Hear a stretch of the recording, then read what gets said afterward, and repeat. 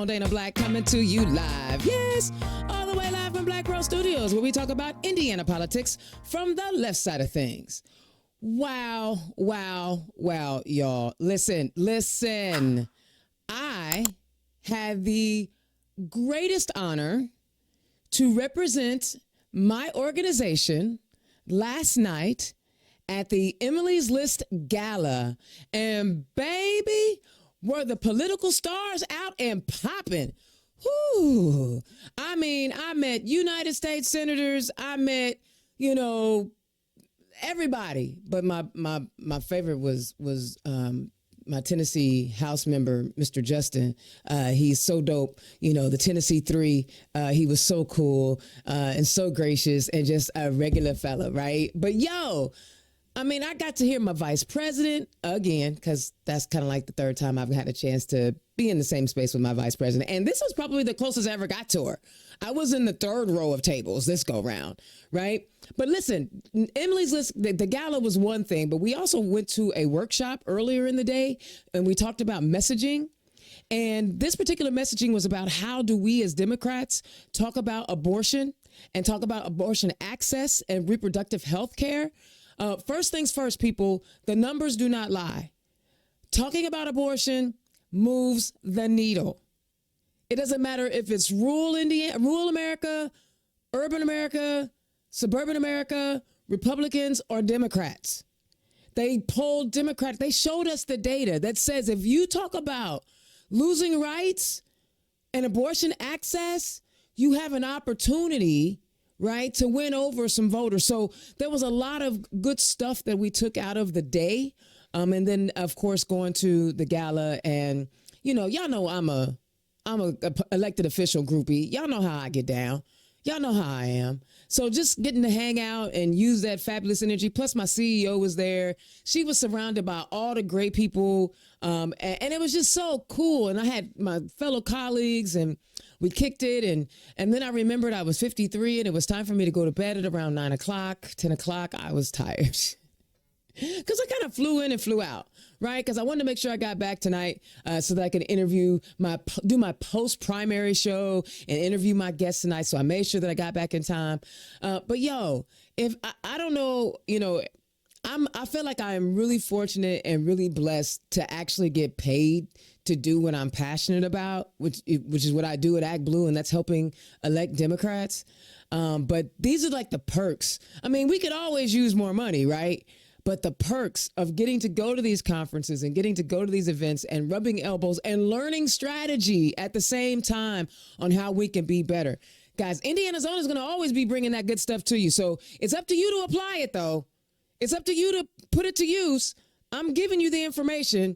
I wanted to go over the election results from Tuesday night, but there was one article that I did read today that I want you guys to read or to hear about. The Indiana Public Media reports educators from across Indiana spoke out against a new literacy endorsement and revised graduation requirements at the State Board of Education meeting on Wednesday. They said training for the endorsement is confusing and burdensome, and they expressed concern that the new graduation requirements won't help students become well-rounded. The Indiana Department of Education must revise the state's graduation requirements by December this year. Its current proposal loosens requirements for some subjects like history and social studies and emphasizes internships and work-based learnings. Educators who teach subjects including economics, music, and foreign languages said those areas should be included in the new requirements because schools could cut them if students are not required to take those courses. It's my understanding that world history and economics will no longer be required classes for high school graduation, said Kevin Godgel, a history teacher at Homestead High School. I cannot believe in 2024 America, with all that's going on in the world, we're discussing ending world history as a graduation requirement. It's mind-boggling. I acknowledge that one of the goals of our educational system should be to prepare students for the workforce, he said, but he also said it shouldn't be the only thing we prepare them for. Another new law requiring educators who work with kids in pre-K to sixth grade or special education to have a new literacy endorsement in the coming years. But some teachers said they do not teach reading and will not use it.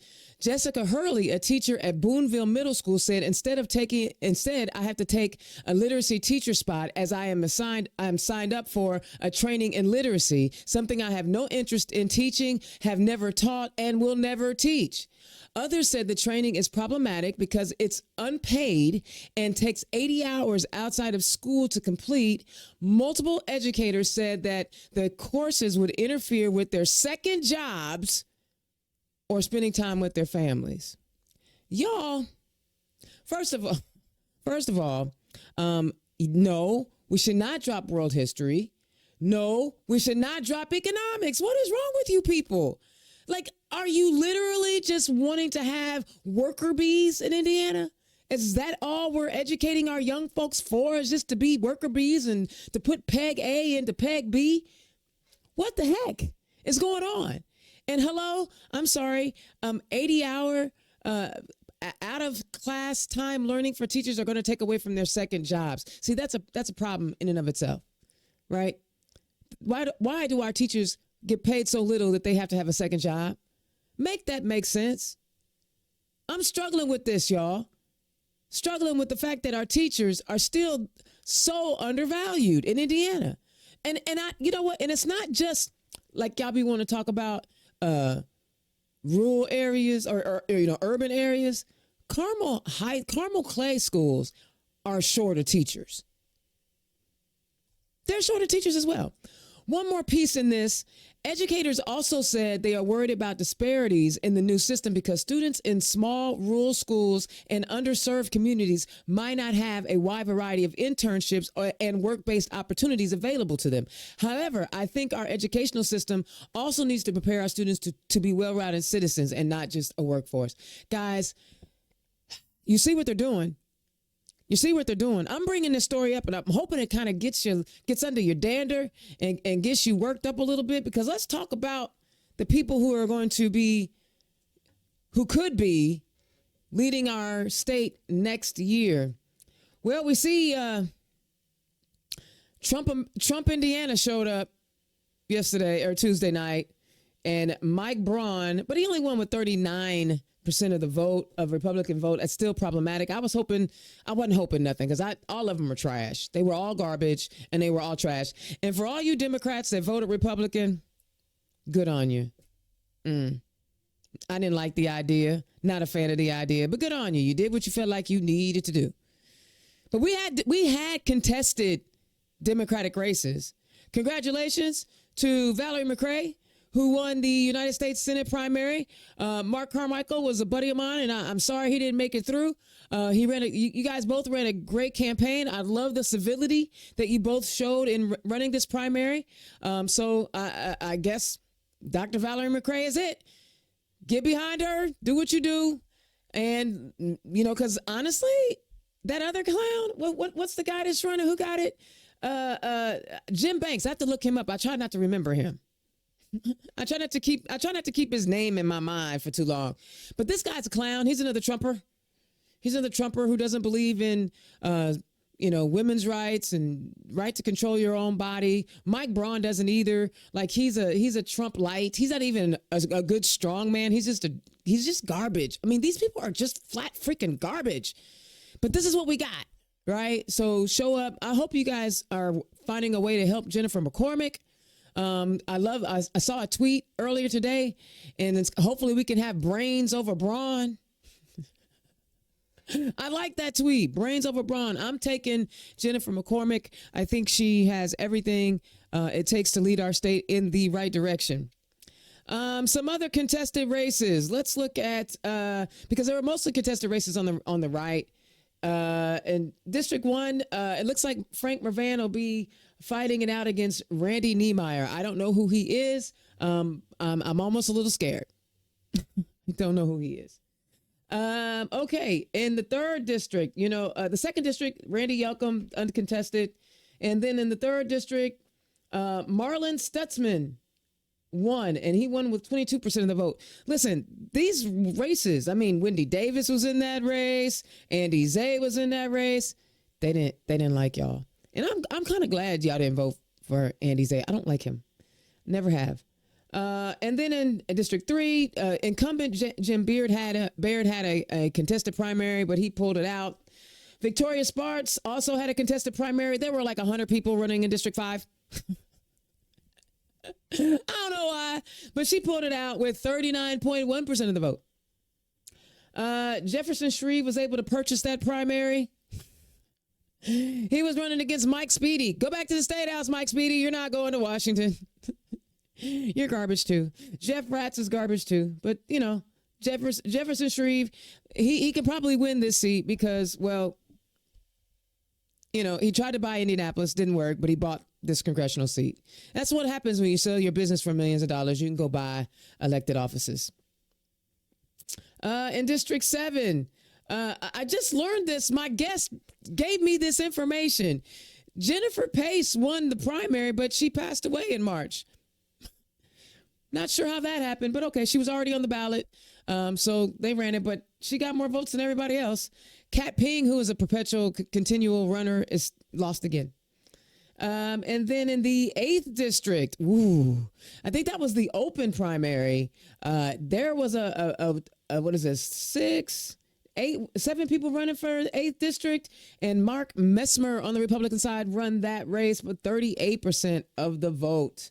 And then in the 9th district, Erin won her reelection. So she will be there. Let's look at the Democrat side, if I could, just to get an idea of some of those contested races on the D side, because you should know who's running for Congress.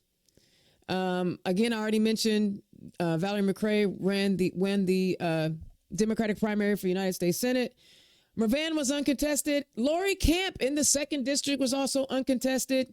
But in the 3rd district, boy, that was a contested race. You had Kylie Adolph.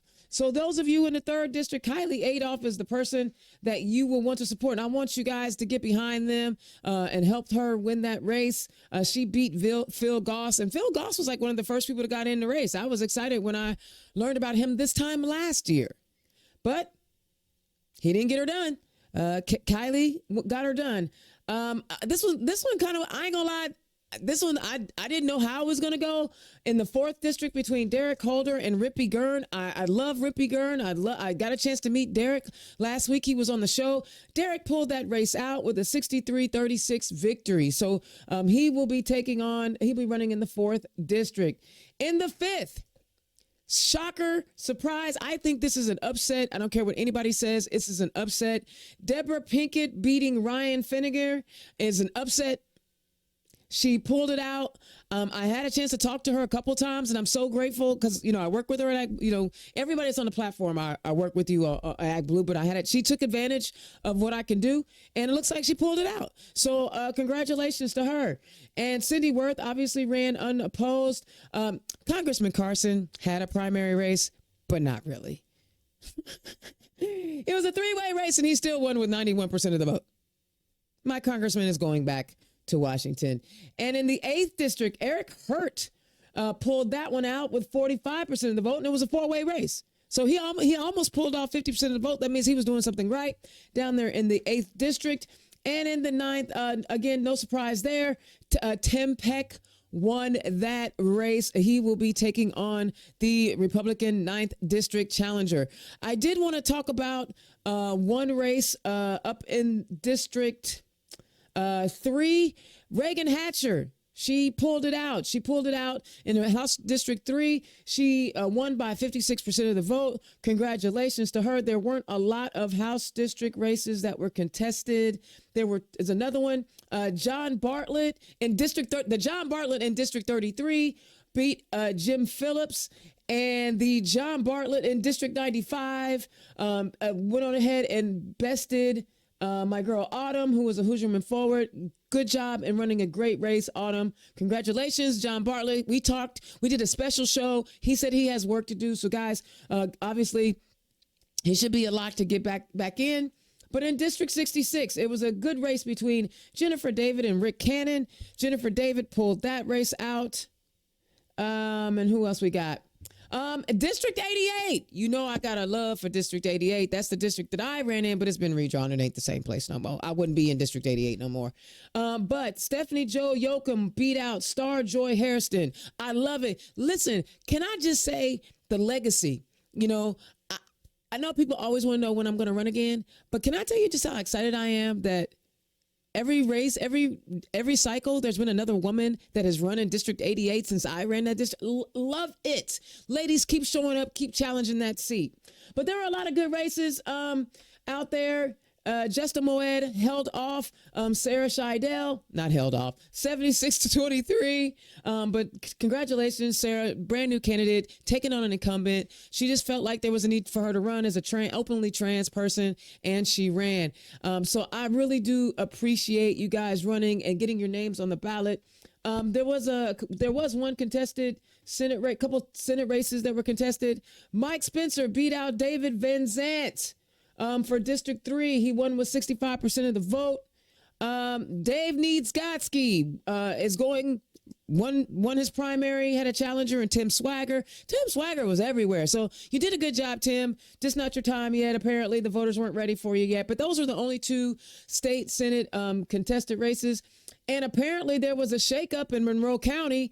Oh, my goodness. In Monroe County, there was a shakeup. The commissioner race was something to behold. There were a lot of folks that were in that race, but an incumbent did not win her reelection.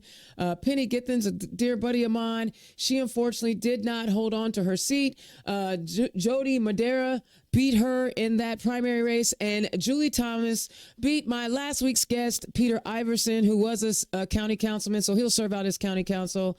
And then, of course, Trent Deckard, Dimples, held on to the at-large seat along with Cheryl Munson, and David Henry will be on the ballot for the 3 at-large seats. He is also the Monroe County chair. So, guys, again, there are a lot of elections. I mean, you guys can find this information out wherever you like, but congratulations to everybody that put their names on the ballot and ran fantastic campaigns. Turnout was woeful, people. We have got to show up at the polls. Nothing's going to change if you stay home. Nothing's going to get fixed if you stay home. Think about those teachers who now have to give up 80 hours of their time from their second job, no less. If you don't get out and vote and make some changes, you guys got to help us, man. You got to get to the polls. This stuff ain't going to change itself. All right? Now, that's my rant. That's not really a rant. Just wanted to kind of give you guys a rundown. I was really excited about the elections. I'm always excited about Election Day. That's my Christmas. But in the meantime, let's hear from my sponsor, Bohm's Unique Boutique. Today's show is brought to you by Bohm's Unique Boutique. Click on the QR code. And for all Turn Left listeners, you can get a 10% discount on your order by using the code Democrat. Be sure to visit www.bohmsuniqueboutique.com. Democrats, are you looking for an affordable digital content creation solution? Then look no further than Black Pearl IT Solutions and Black Pearl Studios. Indiana's own Dana Black is providing many of the communication wraparound services any Democratic organization needs. No matter the size of the budget, Indiana's own and Black Pearl Studios have you covered. Just scan the QR code or visit www.blackpearl-its.com.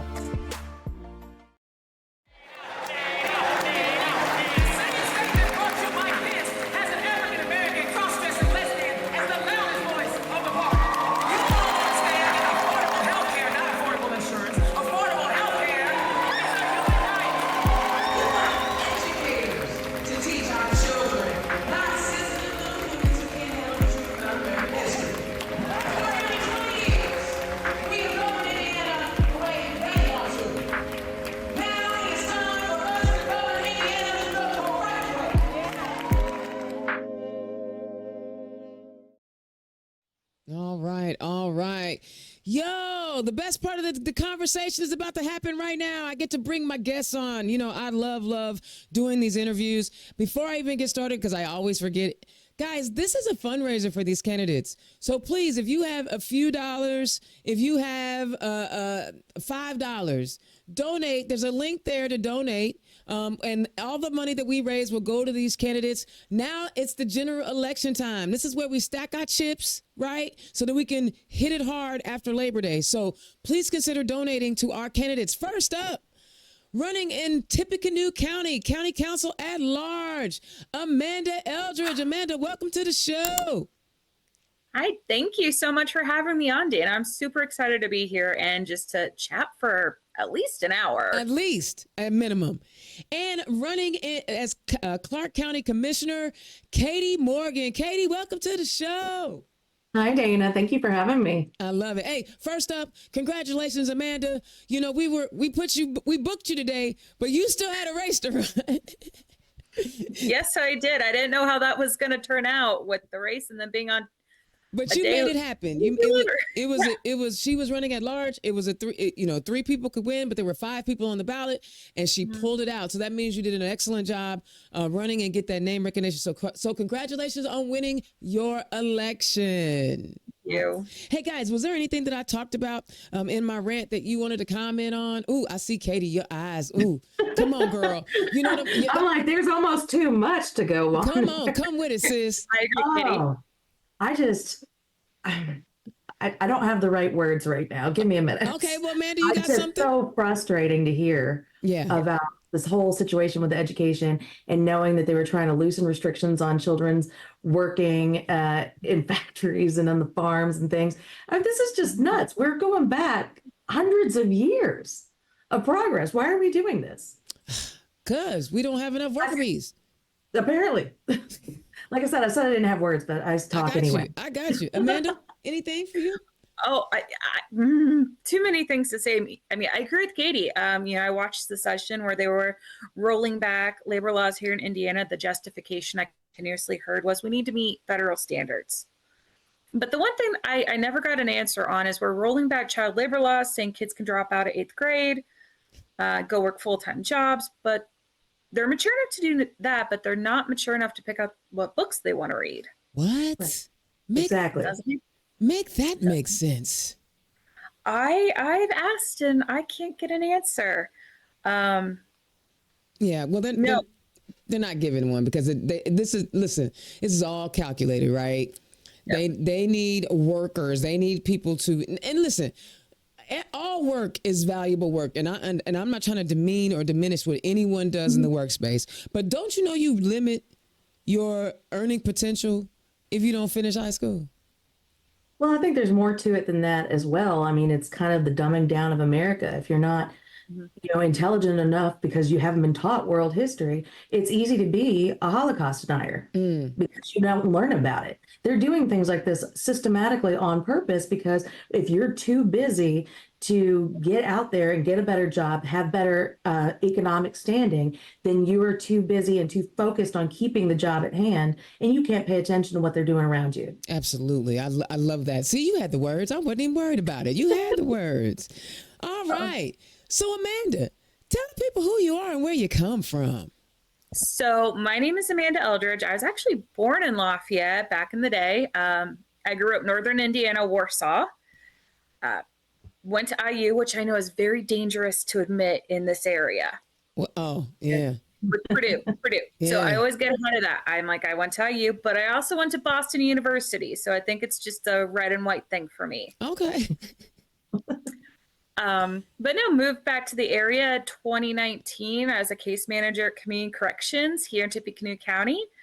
Bought a house. I live in the battleground area. So part of my campaign and platform has been, let's give the small towns a seat at the table because this county is expanding. Yeah, and a little bit about me. Admitted I went to IU. I'm a diehard Bears fan to the point I was almost named Otis Wilson Eldridge. What? That is how diehard my family is. That's okay. I'm gonna let you slide. We're also diehard Cubs fans, so we're used to pain. So it sounds. Yeah, you are. But I mean, it sounds like multi-generational, so we're gonna let you slide.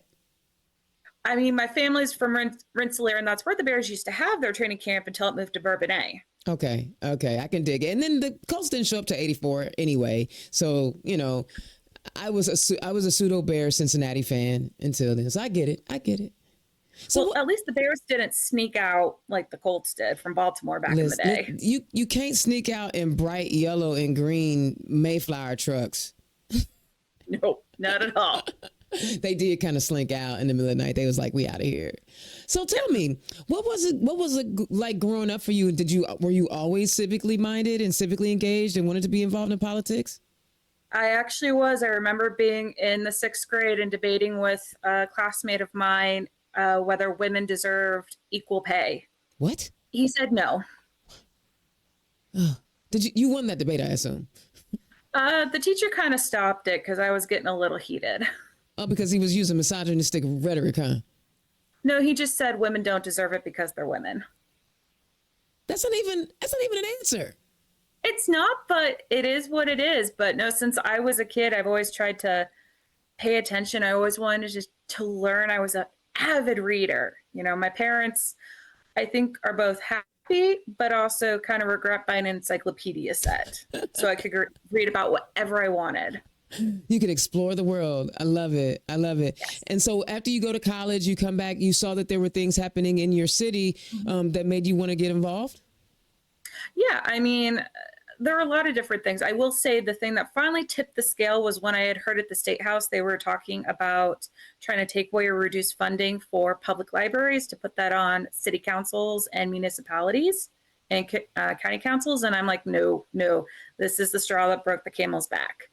But I had seen things in Tippecanoe County with the development, of course, the LEAP project. No one here across the political spectrum is happy about that project. I'm not sure. Do you know what the LEAP project is, Dana? Tell us about it. So the LEAP project, the IEDC, they put a chips manufacturer company in Lebanon, or they're trying to build it. But the thing is, there's not enough water there. Oh, I didn't know the name of the project. I knew that there was a water issue going on there. Yeah. So the IEDC's big idea was they were going to pipe from an aquifer here in Tippecanoe County and pump that water to Lebanon for this and take, I think it was 100 million gallons a day. They've already done some test runs. It's not gone well. I encourage every Hoosier to look into this. They've actually expanded the study that was initially for 13 counties to all 28 counties that connect to that aquifer. And something else that most Hoosiers probably don't know is we actually don't have any water protection rights. There's technically nothing that would stop someone from pumping water to Illinois. What?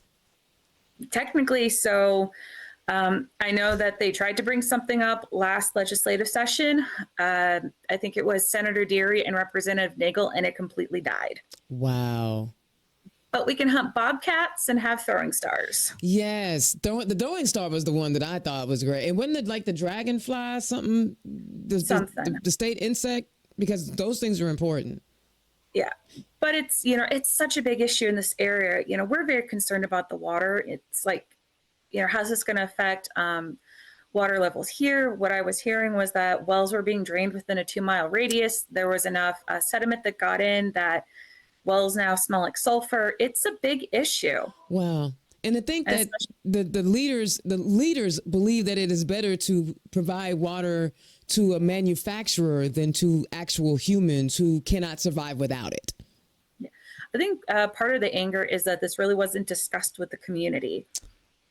Here's this big decision and we weren't consulted. The community wasn't asked, how do we feel about this? How do we feel about all this water being pumped? And we don't even know how it's going to impact areas. This is crazy. We got it. Y'all, we need new leadership. Katie, tell the people who you are and where you come from. Okay, so I'll try to keep it brief because I tend to talk a lot. Talk a lot. That's what it's a whole talking podcast. Okay, so I've been a bit of a river jumper my whole life. Actually, I was born in Louisville. Then we moved to Ohio for a little while. Moved to Floyd Knobs, Indiana. Moved back to Louisville. That's where I met my husband, Brian. He's now retired out of the Air Force. We got stationed in Oklahoma for 5 years, and then that's when he retired, and we moved back here to Indiana. We moved to Borden at first, spent 7 years there, and now we're in Clarksville, and have been here for about roughly 2.5 years at this point. Let's see, a little bit about me. I started my career actually as an environmental scientist because in Oklahoma there were a lot of job opportunities for that. And my kids were finally getting a little bit older and more independent, so I was going to be able to go out and join the workforce. Um, but once I moved to Indiana, I realized there weren't a lot of opportunities for an environmental scientist around here. No, because they don't like science and environment at the State House. Those two things together Well, just ain't gonna work. well, you would think that in Oklahoma as well, actually. But truth is, the only jobs I was able to get out there, and I usually wouldn't take them, were ones that they wanted me to say that fracking was fine. Wait, you weren't supposed to use the evidence? You would just do what you're told? Yes. You were supposed to just rubber stamp it and say, "Oh no, there's nothing, not a problem with fracking. I think it's all good." Lord have So, mercy. yeah, I wouldn't take those jobs either. So I got here and there weren't even those. So I pivoted and became a software engineer, did that for a few years. And then just kind of a strange set of circumstances occurred. My husband was a paralegal for an elder law attorney. She approached me and said, "Hey, I've got this unique case. This lady is in need of a guardian and her family just can't do it." I'm pretty sure my response was something to the effect of like, "What the hell is a guardian? And why do you think I would do that for a perfect stranger?" But she explained that it's a lot about advocacy and protection. And she said, "I've seen you advocate for your three special needs kids over the years. So I know that you're tough, you're a fighter, and you will make sure that this lady is protected." So I decided to take her up on it. I tried that. And within 6 months, I actually had four clients in the guardianship field. Wow. So I realized that there's actually a huge need for that. Indiana does not have a state guardianship program. So unless you are a child, there is no becoming a ward of the state. And people don't understand that. And unfortunately, there are people that are just not great with their family members. Trust me, I'm a lesbian. I know. I've had, one of my clients actually was dropped off at a nursing home with a note on her saying, "Make her a ward of the state. I can't take it." Wow. And of course, obviously, they didn't understand there was no ward of the state. So they had to find some private practicing guardian, and they found me. But the majority of people I noticed can't afford like the regular guardianship services. They're ridiculously expensive. So I began a nonprofit in order to use a sliding scale so anybody can use our services whenever they need to. So, like our Medicaid patients, the most we charge them is $35 a month. Oh, wow. Yeah, so we keep it very, very low. We try. I mean, sometimes to be fair, that doesn't get paid either. Right, right. But I've always been an advocate. I've always tried to fight for the underdog, and honestly, that's why I'm a Democrat, because Democrats are I mean, they always have been the party of the people. We're not here for the big dollars and the big donors, the corporations. We've always been the ones fighting for the working class. Wow. And so you started off as a mom of three Yes. special needs Yes. kids. Wow. Tell us that story. Oh, goodness. Well, we're kind of a blended family. My husband and I were both married previously. So he had two children from a previous marriage. I had a child from a previous marriage. We got together, we adopted each other's children. So Oh, we are, yay. yeah. So my youngest is mine from my first marriage. He has autism. He's now 19 years old. He's still living with us. And then my two oldest are all 19 and 22. They have mental health issues. Challenges. They have bipolar disorder, borderline tendencies, things like that. So that's where their special needs came in, a little different. Wow. And even having those challenges, because I've also dated women who had children who were on the autism spectrum, and one was nonverbal, one was a little bit more verbal, but they both still required a lot of care. I know, I've seen firsthand how much that requires. And you do that because that's your kid, right? Right, it's not exactly. even a thought, right? But to Right. do that for other people, I mean, my gosh, when did you know you had the capacity within your like space, in your person, in your energy to take on more people? Like I said, really the whole situation fell in my lap. It was really, I don't know, You didn't even fate. think about it. No, I didn't. She asked me to do this one. I said, okay. And then a couple months later, someone else was like, hey, well, we've got this case. Would you be interested in this? And I was like, of course. And it just kind of kept building from there. And so, strangely enough, the National Guardianship Association was having their national convention in Lexington, Kentucky that year. Okay. So I drove down there. I was like, I'm going to learn everything I possibly can about this. And that's when I met uh, Erica Costello. She was an attorney for the Supreme Court in Indiana, I believe, that headed up a grant program to help startups in individual counties. And she's the one that convinced me that I could probably actually do this and start a nonprofit on my own. I love it. And it sounds like you're a lifelong learner too. I mean, you started off as a bioengineer, and then you're like, I'm just going to go become a computer scientist. First of all, I'm an IT chick, but I am not a computer scientist. Like that's a whole, listen, people, I can fix things and make things work, but I can't create the thing. And now you said it. I can only create the software. I'm not good with the hardware stuff. Yeah, well, that's one thing I do know for sure is like usually hardware people are not good with software and software people are not good with hardware. Yeah. IT stuff. Yeah, don't worry about it, y'all. But and see, I'm a business IT person where my role is to bring the IT world together with the non-IT world. So like I want to reach out to the end user and find out what they need. And then I'll take it back to the developers and they will come up and then I just keep that conversation going. Or sometimes I do it between the IT person and the finance department because they need to get money for the project. And so I help. So anyway, so what was have you always just like Amanda said that she, her parents, I bet her parents were upset when they bought the encyclopedias. Were you always that ferocious in learning? Well, with learning, yeah, I've always been ridiculous. My husband likes to say that my favorite hobby is to research. I love it. So I just do a lot of that all the time. As far as being civically engaged, not so much. Obviously, with three special needs kids, my plate was a little full for a while. I love it. So guys, this is both of you, this is your first election, right? First campaign. I think it's a great dynamic that, Katie, you're running for commissioner and Amanda, you're running for counselor. They, in your counties, those two spaces work hand in hand. Amanda, talk about how you anticipate your role as a counselor at large working with the commissioner. And then Katie, talk about as a commissioner, how you plan on working with your counselors. Amanda, you go first. Sure. So I know County Council at large, the council itself, we primarily focus on the budget. So we're looking at what does the county need to spend? What do we need to fund? I think what we're going to be doing is working with the commissioners to figure, okay, what are most important and how can we be fiscally responsible, but also getting our bang for our buck.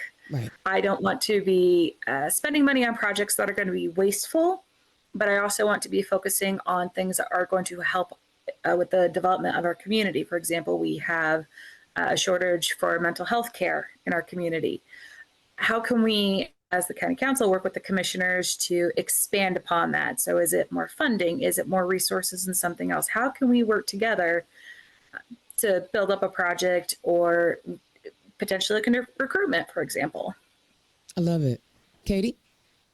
Yeah. So kind of piggybacking off of what Amanda said. So commissioners, we deal with a lot of the zoning and planning and taking care of county contracts for projects. And then we go to the council and ask for the money to fund the projects. Clark County needs a lot of work.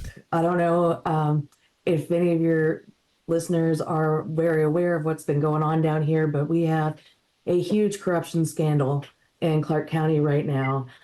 With former Sheriff Jamie Knoll. And because of that, a lot of projects have been put on hold or just kicked down the road, or little Band-Aid fixes here and there with our infrastructure to basically help bankroll him while he stole all our taxpayer money. Oh my gosh, what a jerk. Republican, please? Oh, yes. Okay. He was the 9th District GOP chair and the county GOP chair. Yeah. Oh, if you don't know about this is like a movie. Like you all should be watching this big time.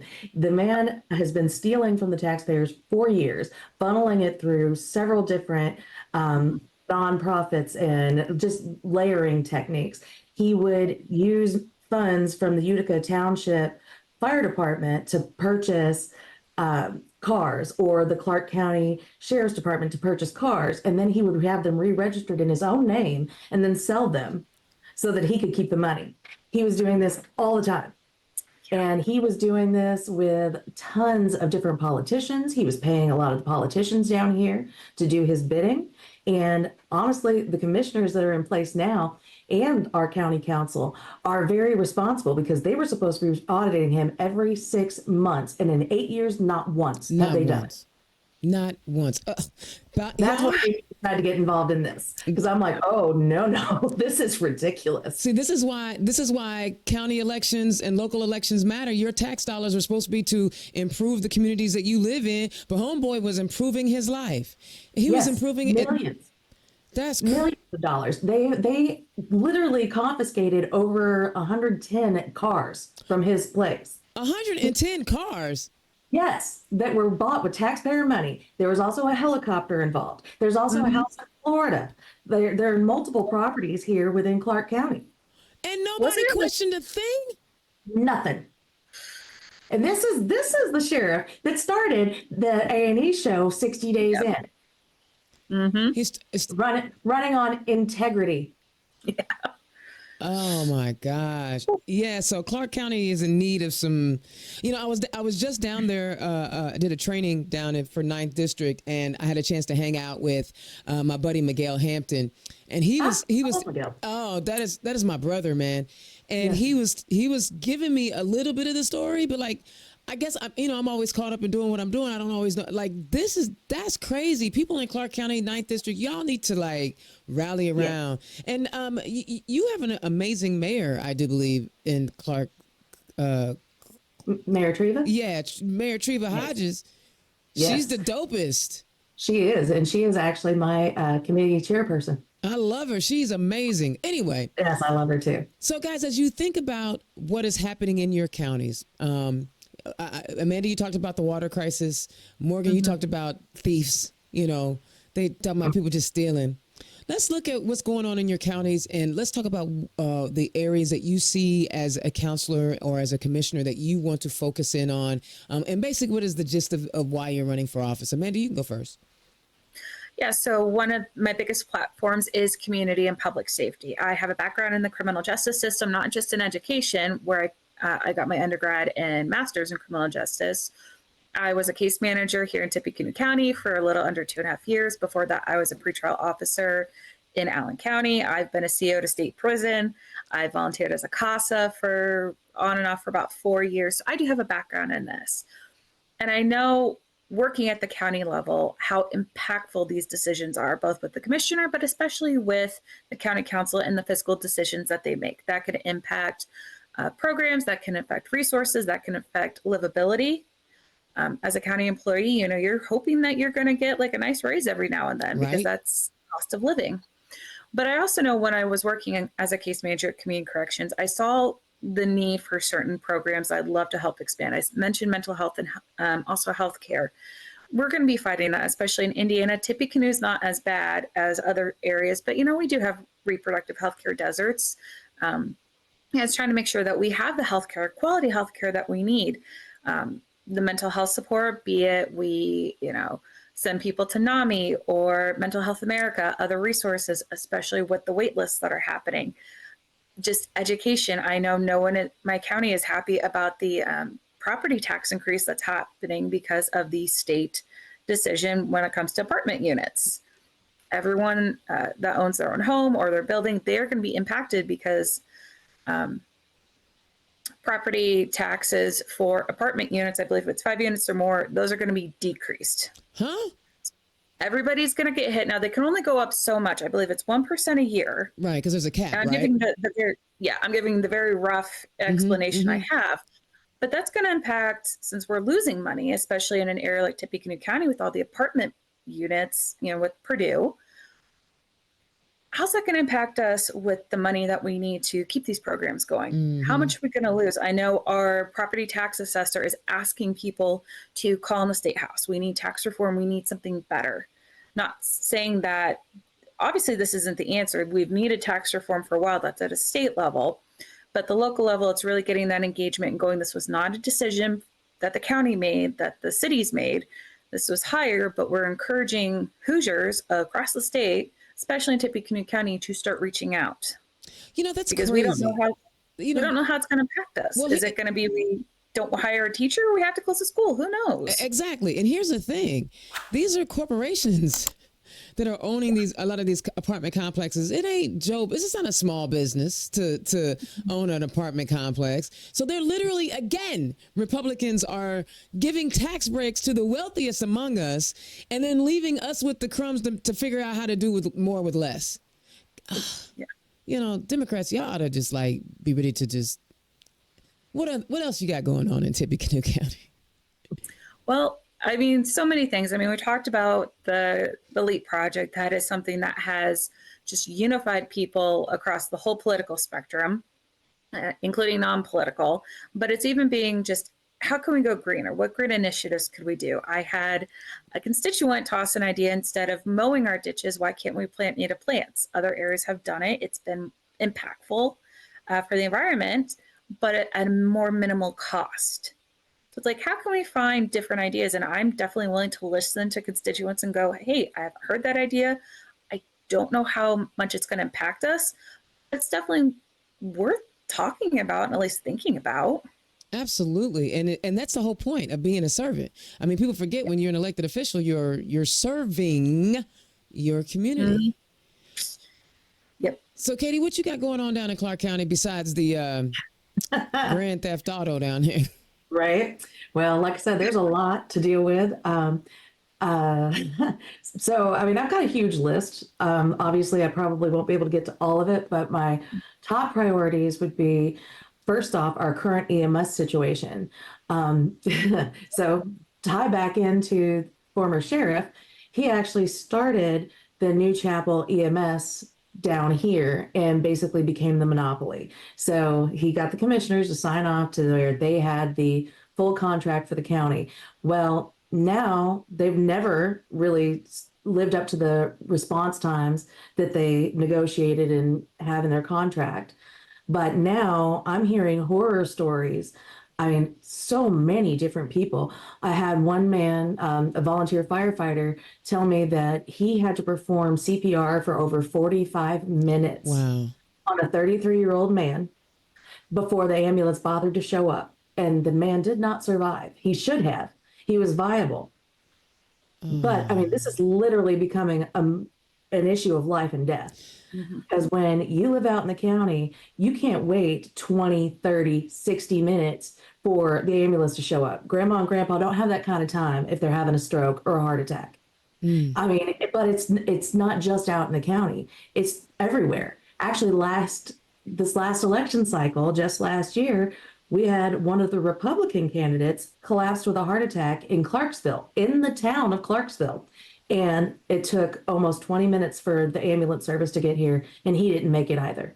Oh, my gosh. So our current commissioners have been questioned about this because our neighboring county, Floyd County, also has been using New Chapel, and they're working to try to get out of that contract and get someone new in. Well, our county commissioners are saying, well, we don't think it's a problem. We haven't heard enough complaints yet. I'm sorry. Well, dead bodies ain't enough for you?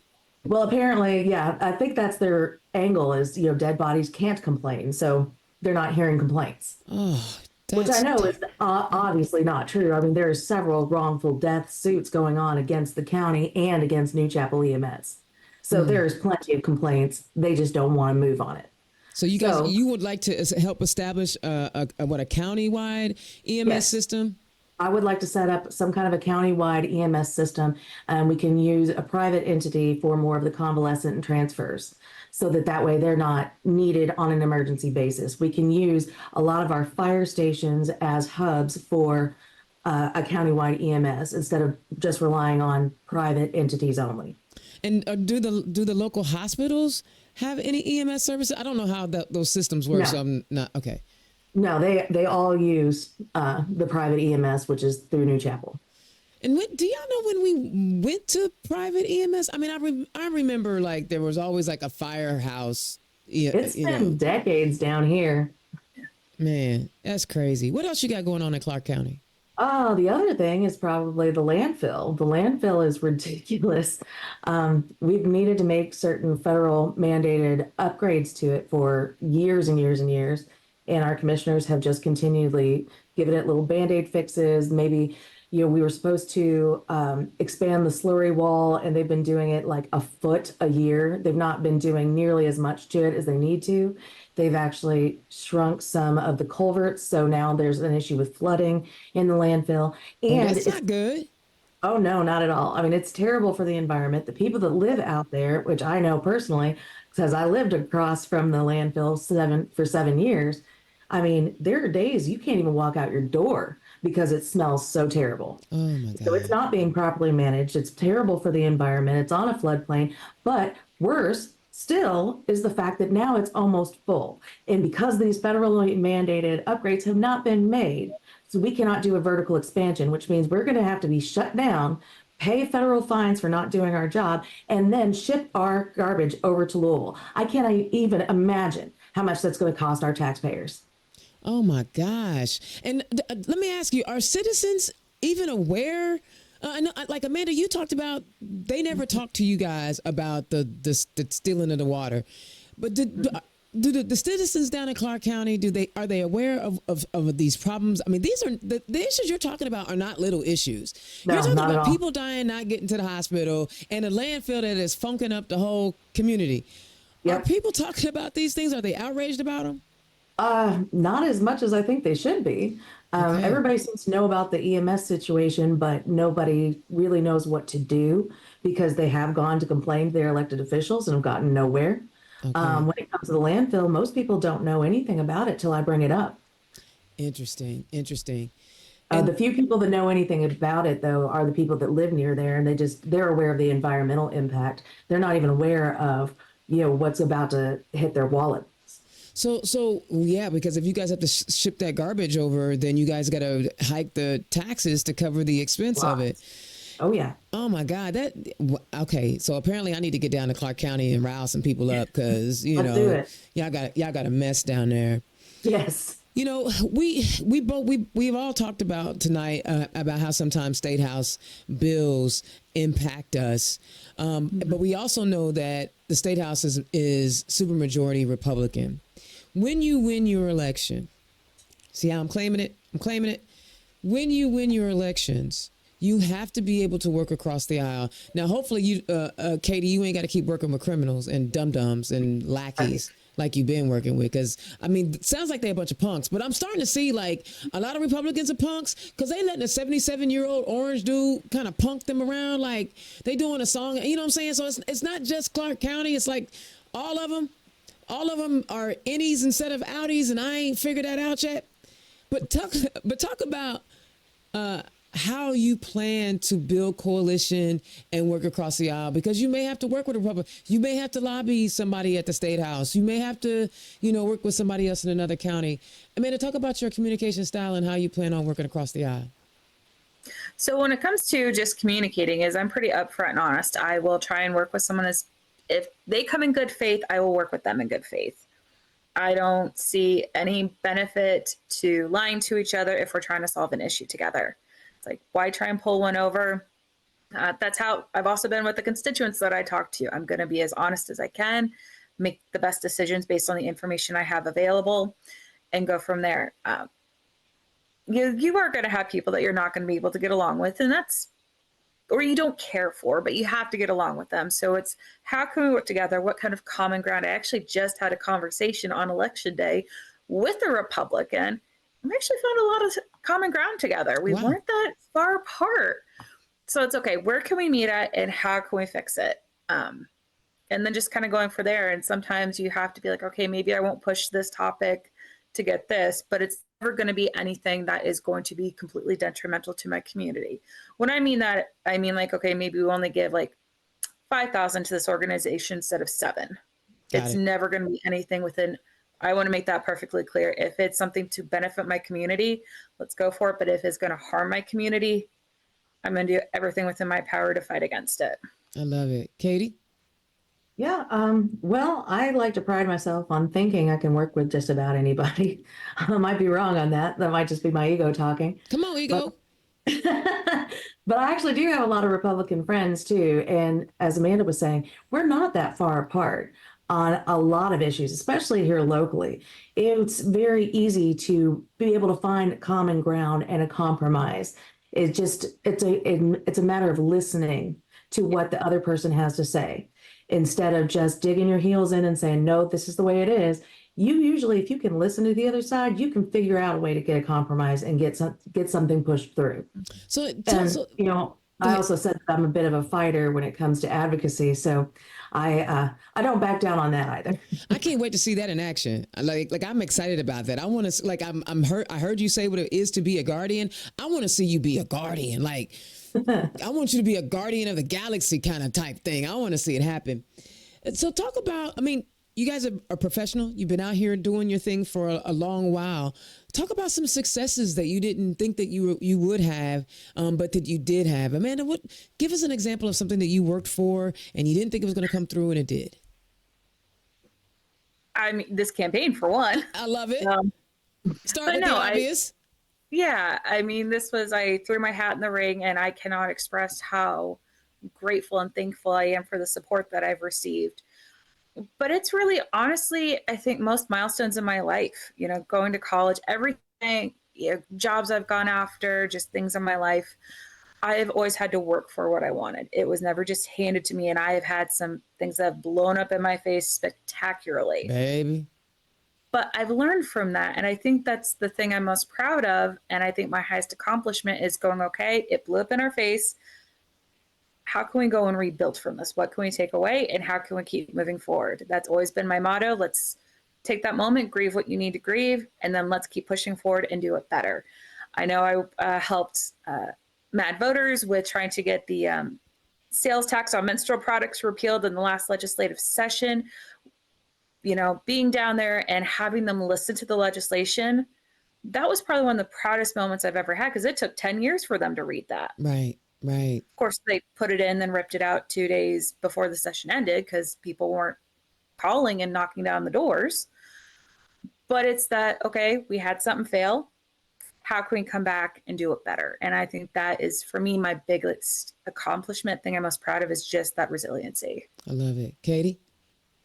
Well, I'm kind of like Amanda. I've got a lot I feel like I've accomplished. I mean, I successfully raised my 3 kids, which was a bit of a struggle, especially with my husband's deployments and such. I don't know, having so many different careers. I'm like a Jill of all trades. Love it. I mean, I guess like within my guardianship career, one of my biggest accomplishments was one of my, I don't know, I guess when I very first started the nonprofit side, one of my first clients, he was a middle-aged man with schizophrenia that was also homeless and self-medicating with methamphetamines. So not a great combination. He's been my client now for 3 years. I was able to get him off the street into a group home. Well, actually, initially into a hospital for treatment. We did treatment there, then got him into a group home. And he actually has just graduated into the housing authority and now has his own apartment and is doing pretty well. So I like that one. That's a good accomplishment for me. That is an amazing accomplishment because, again, we're talking about humans. Politics is about humans because the politics are all about who is writing policies that impact lives. And the idea that a lot of folks don't actually understand that. And there's a certain level of a commitment to community that I'm hearing from the both of you. And I think it's also a unique perspective as women. Now, don't get me wrong. I've had a lot of men on the show. In fact, I think my last 4 guests were men, maybe 6. But there's something different when I talk to women about politics. It's less about the technicality of it and more about the emotional connection to it. So like you talked about, women's feminine products, that was that's a thing that's near and dear to all of us, unfortunately. Right. And the passion that it takes to go downtown Like you live in Tippecanoe County, you got to drive an hour and a half to get all the way down to Indianapolis to stand up and have that conversation, or to advocate for someone whose mental health is so in disarray that the meth ain't to Jesus, all of that. Not to mention whatever physical ailments he now has because of the drug abuse. Yep. There's something unique about women in politics. What does it mean for you? And I know we definitely want to normalize what it is to be women in politics, but right now we're only 20% of our elected officials, so we're still an anomaly. What does it mean to you to be a woman running for your seat? Katie, I'm gonna start with you. I kind of feel like I want to be a protector. I just want to help people. I want to make things better for people, and just kind of continue with my advocacy work, because that's just who I am. I give back to the community every chance I can. And yeah, in politics, it's the same way. Like you said, we're dealing with people's lives, and that's my entire job, is being a guardian. Every decision I'm making is going to affect that person's life in some way, shape, or form. So in the political arena, I'm going to think of it the same way. Well, how is this going to affect my constituents? Because at the end of the day, I am a servant leader. I'm not there because I feel like I'm above anybody else, and my decision makes all the difference in the world. I love it. Amanda? I mean, I'm agreeing with Katie, definitely a guardian. I think women in politics, though, we're fighters. And or I think a better term might be generals. Okay, generals. Because and what I mean with that is we're definitely on boots on the ground. We are fighting so many things. But I think women particularly, we can see a broader picture. Kind of going with Katie, and I can bring it to my own experience. When I talk about public safety, community safety, I've had people think, well, you just mean giving law enforcement bigger and better tools. And I go, no, community safety is having mental health resources. It is having peer recovery. It's having health resources. It's having environmental protection. We have to look at housing. We have to look at jobs, transportation. So many of these things are so interconnected. And I think women can see that. We can see that battlefield a little more clear and see how everything kind of connects together. And then we can kind of triage on, or at least plan on, how we can address these to be more efficient and effective. I love it. That's how I see it. Real quick, can I just chime in on your general comment? Is there any way I call myself Captain Morgan then? Hey, Go come on for with it. it. Come on with it. Just Hashtag Captain Morgan. That's it. That's Captain Katie Morgan. Let's do it. Toast up. So, by the way, that was also a leading question. Real quick, hold on. Can I be Brigadier Eldridge then? You can be. I like it. I like that too. Yes. There y'all go. I'm just gonna be Black. Just call me Black. That's it. I don't want no titles. I don't want to lead, because I might lead people off a cliff. I don't know. My mouth get me in trouble too much. So that was a leading question. So have y'all applied for Who's Moving Forward in the past? I have not. I was just made aware of it actually last year. And I was unfortunately just past the deadline, so I couldn't apply yet. So I do want to take part of that. Yeah, this year might not be a good year because you're running for office, but right. Amanda, have you applied for Who's Moving Forward? I haven't. I did know about it last year, but at the time with the new job starting, this might not be the best time because I didn't know commitment-wise yet how it was going to work out. But I'm thinking about it. They usually opens up May 1st. I know you guys saw the ad before I started. Well, you may not have seen it, but the ad before I started the show, I was letting you guys know that Who's Moving Forward the application period is now open, and you have until June 18th to fill out your application, get your references in, because ladies, we are creating that army, and we have those generals and those captains in place in all 9 districts where we are leaders running for office, party leadership, all kinds of things. And it's a network that we're building to empower women. Again, it's not about attacking any type of man. Okay, I want to be clear about that. This is not, Who's Moving Forward is not about attacking men, but it's empowering women. And if you a dude and you feeling like you being attacked by Who's Moving Forward, Anywho.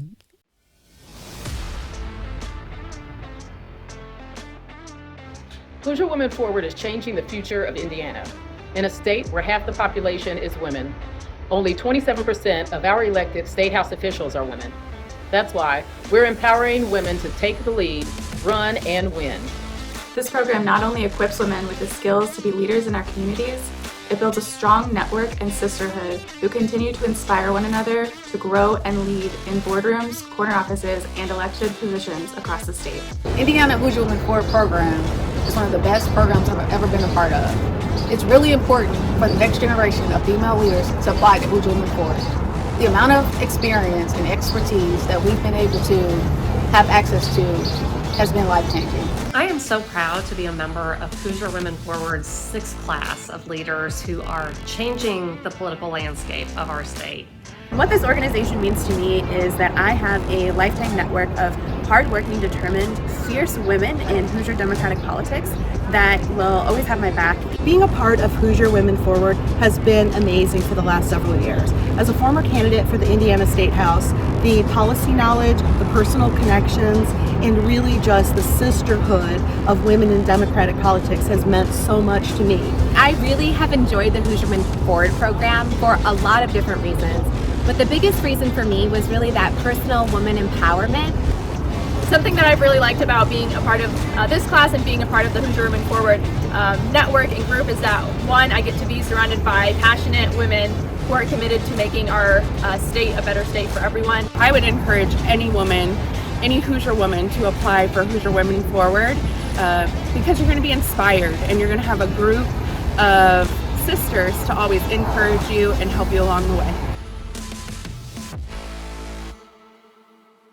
Guys, I do appreciate y'all taking the time to come and chat with us here on Turn Left. Katie, tell the people where they can find you.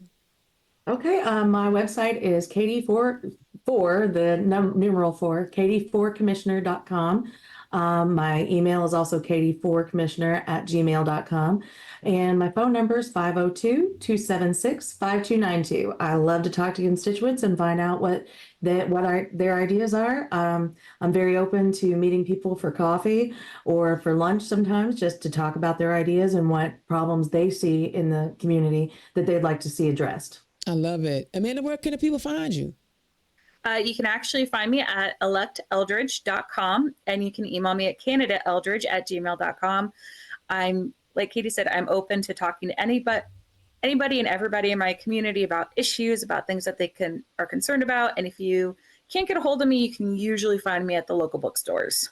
And do either of you have any events coming up? I know it's post-primary and a lot of people need some downtime, but do you have any events coming up that people need to know about, or door knocking opportunities or anything like that? Either one of you. I'm going out of town this weekend to just relax since the primary is now over with. And then when I come back, I'm going to start strategizing on where I'm going to do some things, because I definitely want to have some town hall meetings and just different events so I can get out and meet more people in the community. I love it. What about you, Amanda? Any events coming up? Not for me. They're local events that I'm trying to attend. So if you see me, definitely feel free to talk to me. If you reach out to my campaign, once we start getting things out, I always post it. And I always encourage people to come out and join. I was trained as a canvasser, which really kind of got me into learning about the local issues. So if you have ever thought about it, come out. I will show you the ropes and teach you how to canvas. I love that. Being a servant, teaching people how to do the thing. Oh, man, that was the best line all night. Sorry, best line all night. Amanda said, I will teach you. I'm not going to just ask you to come and help. I'm going to show you how to do it. Y'all, these are the type of candidates I'm talking about. These are the type of candidates I'm talking about. Listen, consider donating to them. Click on the link.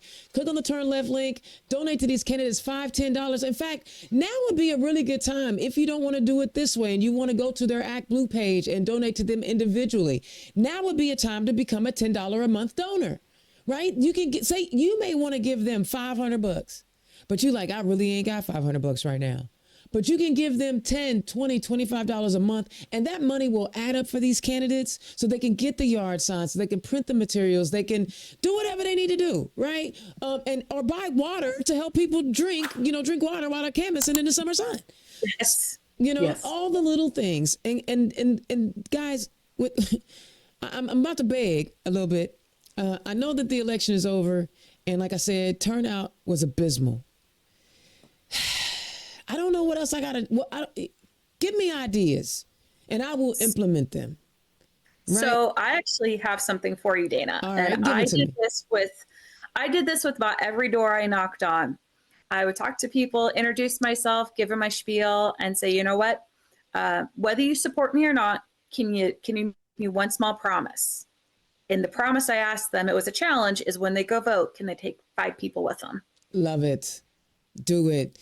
That's nice. I like that. You can take it. Anyone can take it. I gotta get this turnout up.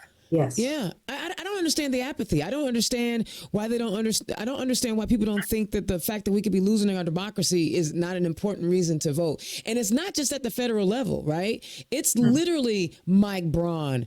It's literally these clown cases in our state house. Like nutbags. Literally.